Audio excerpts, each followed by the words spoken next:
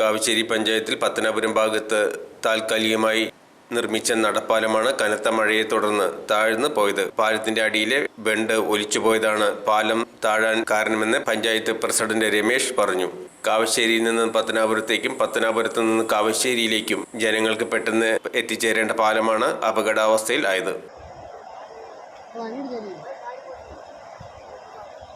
പാല filler പോകും ചിലപ്പോൾ വീണ് കഴിഞ്ഞാൽ ഈ ചെറിയ ഫില്ലറൊക്കെ ചിലപ്പോൾ എല്ലാ താഴത്ത് എന്തായാലും വീണാലേ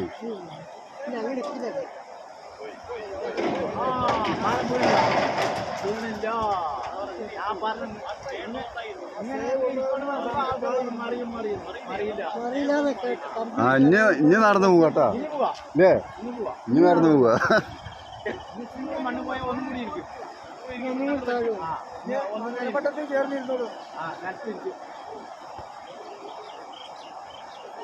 അവിടെ ഇരുന്ന